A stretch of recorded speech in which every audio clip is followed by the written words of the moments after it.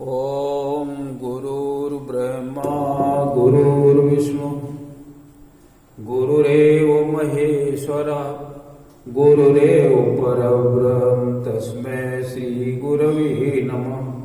अखंडमंडलाकारं व्याप्तं येन चराचरं तत्पदं दर्शितं येन तस्मै श्री गुरवे नमः। मातृवत लालयित्री पितृवत मार्गदर्शिका नमो अस्तु गुरुसत्तायै श्रद्धा प्रज्ञायुता चया। ओम श्री गुरवे नमः। आइए भगवान श्री कृष्ण जी का ध्यान करें। ओम वसुदेव सुतं देवं कंस चाणूरमर्दनम् देवकी परमानंदं कृष्णं वंदे जगद्गुरुम्। ओम श्री कृष्णाय नमः। सद्बुद्धि की देवी गायत्री का हम ध्यान करें, प्रकाश रूप परमात्मा का ध्यान करें तथा प्रार्थना करें कि हमारी बुद्धि को सन्मार्ग की ओर प्रेरित करें। गायत्री छंद से हम सब लोग प्रार्थना करते हैं। ओम भूर्भुवः स्वः तत्सवितुर्वरेण्यं भर्गो देवस्य धीमहि धियो यो नः प्रचोदयात्। बोले वेद माता गायत्री की जय हो। आइए भगवान त्र्यंबकम जी से प्रार्थना करें कि इस वैश्विक बीमारी से सभी लोगों के प्राण की रक्षा करें। अपनी शक्ति देकर, अपनी बुद्धि देकर, औषधि का स्वरूप बनकर सभी लोगों को इस वैश्विक बीमारी से निजात दिलाएं। आइए। ओम त्र्यंबकं यजामहे सुगंधिं पुष्टिवर्धनम् उर्वारुकमिव बंधनान् मृत्योर्मुक्षीयमामृतात्। बोले त्र्यंबकं भगवान की जय। उपस्थित भाइयों बहनों, पिछले सत्संग में हमने आपको बताया था कि रावण का कैसा आतंक फैला हुआ था। लोग कहते हैं कि रावण बहुत बड़ा ज्ञानी था, वेदों का बहुत ज्ञान था, लेकिन ये बात कम समझ में आती है।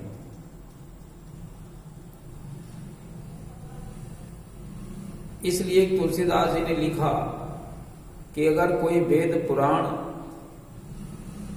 कहता था और उसके सुनने में आ जाता था, वो तो नाना प्रकार के उसको कष्ट देता था और देश से बाहर निकाल देता था। तुलसीदास जी ने लिखा, ते ही बहुविधि त्रासई देश निकासई जो कह वेद पुराना। कैसा वो ज्ञानी था, कैसा वो ज्ञानी था कि बहुत से राजाओं को जीत करके उनकी कन्याओं के साथ जबरदस्ती शादी कर ली। जहां पर उसको सुंदर स्त्री, गुणवान स्त्री सुनाई पड़ती थी, उसको जबरदस्ती जीत करके शादी कर लेता था। धर्म को जड़ से उखाड़ कर फेंकने का प्रयास किया करता था। जहां कहीं सुन लेता था कि धार्मिक कार्य हो रहे हैं, देवताओं को भोजन दिया रहा, स्वयं दौड़ जाता था और वहां पर सब नष्ट भ्रष्ट कर देता था, विध्वंस कर देता था। कैसा वो धार्मिक व्यक्ति था। तो उसने अपने सभी अनुयायियों से कहा कि द्विजों का जो भोजन है, ब्रह्म भोज है, इनमें सब में बाधा पहुंचाओ, यज्ञ न होने दो। श्राद्ध न होने दो। इस प्रकार का उसने अपना आदेश जारी कर दिया था। तुलसीदास जी ने लिखा कि वो कहता है सभी से कि दुज भोजन मख होम श्राद्धा, वो सब कर जाई करो तुम बाधा। जिससे क्या होगा, देवताओं को जब भोजन नहीं मिलेगा तो कमजोर हो जाएंगे और फिर हम उनको मारेंगे, क्या करेंगे ये बाद में देखा जाएगा, लेकिन वो कमजोर करना हमारा मुख्य लक्ष्य है। ये उसने व्यवस्था कर दी। यज्ञ मत होने दो, श्राद्ध मत होने दो, परमार्थ के कार्यों पर प्रतिबंध लगा दो। ये सब उसने अपने राज्य में फैला दिए थे। बहुत से राजाओं को जीत लिया, उनकी कन्याओं के साथ जबरदस्ती विवाह कर लिया। कितना अनाचार पापाचार बढ़ा हुआ था, अत्याचार बढ़ा हुआ थी, पराकाष्ठा। तुलसीदास जी ने लिखा कि विभुज बल विश्व वश करी, राखे सिको न स्वतंत्र। किसी को स्वतंत्र नहीं उसने रखा। और मंडलीक मणि रावण, और राज करई निज मंत्र। निज मंत्र अपनी इच्छा अनुसार जो मनमाना कार्य करता था, जो वेद के अनुसार कार्य करता है वो वेद के मंत्रों के अनुसार होता है। वेद में सिद्धांत दिए हुए उसके अनुसार मनुष्य को चलना पड़ता है। और उसने अपना निजी मंत्र बना दिया था। जो हम कहें वही वेद है, वही मंत्र है। वेदों की बात जो करोगे तो देश से निकाल दिए जाओगे। ऐसी व्यवस्था उसने बना डाली थी। और गंधर्वों की लड़कियों को जीत करके उनको अपनी पत्नी बना रखा। सैकड़ों उसके पास उसके साथ में स्त्रियां थी। तुलसीदास जी लिखते हैं कि देव जक्ष गंधर्व नर, ओ किन्नर नाग कुमारी, जीति परी निज बाहुबल, बहु सुंदर बर नारी। सुंदर स्त्रियां श्रेष्ठ, उनको उसने जबरदस्ती से शादी की।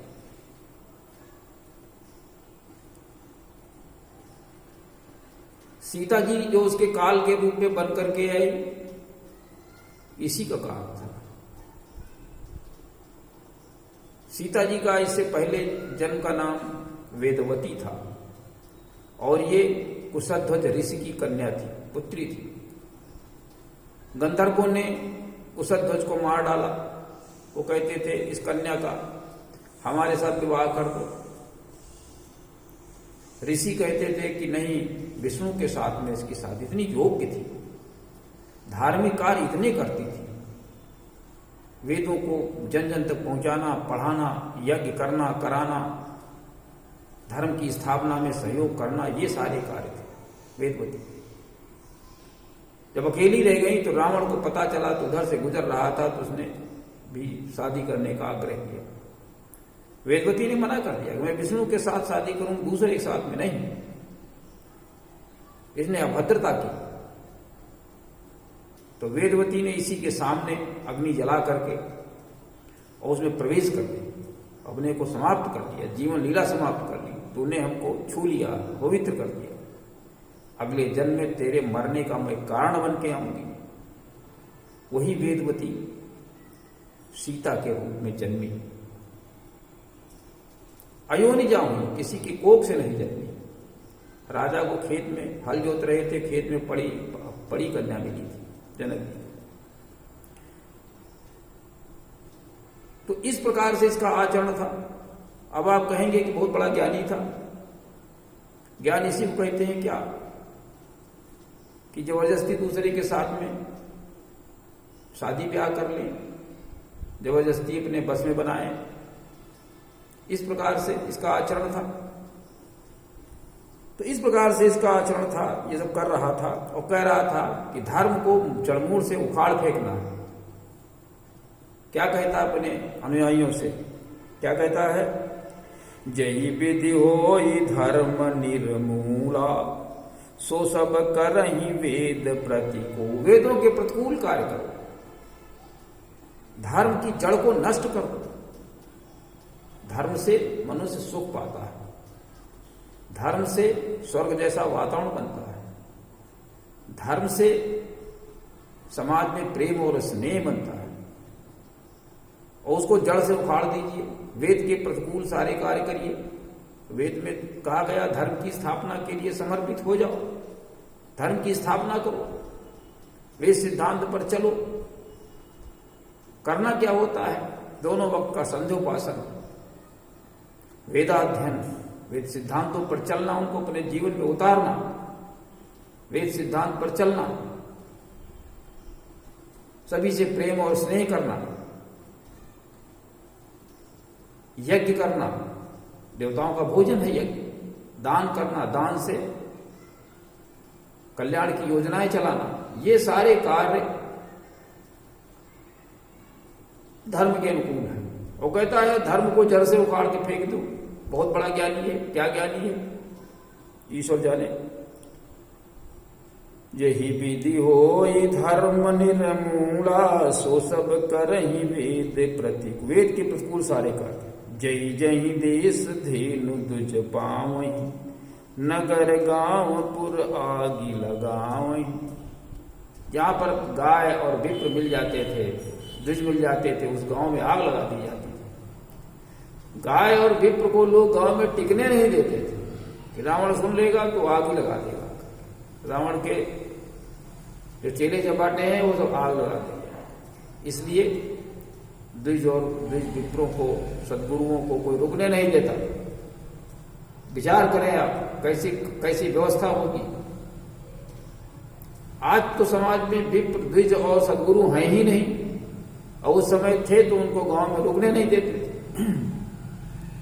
क्योंकि धर्म की स्थापना विप्र और द्विज ही करते हैं। गाय से पोषण होता है, गाय से मनुष्य सतोगुणी बनता है, अच्छे विचार आते हैं। इन दोनों को समूल नष्ट कर दिया जाए, इनको मत रखा जाए। और क्या, कहीं कोई अच्छे कार्य नहीं कर सकता था, यज्ञ नहीं कर सकता था, तो प्रतिबंध लगा रखा। शुभ आचरण कतहु नहीं होई, देव विप्र गुणवान गुरुमानन कोई।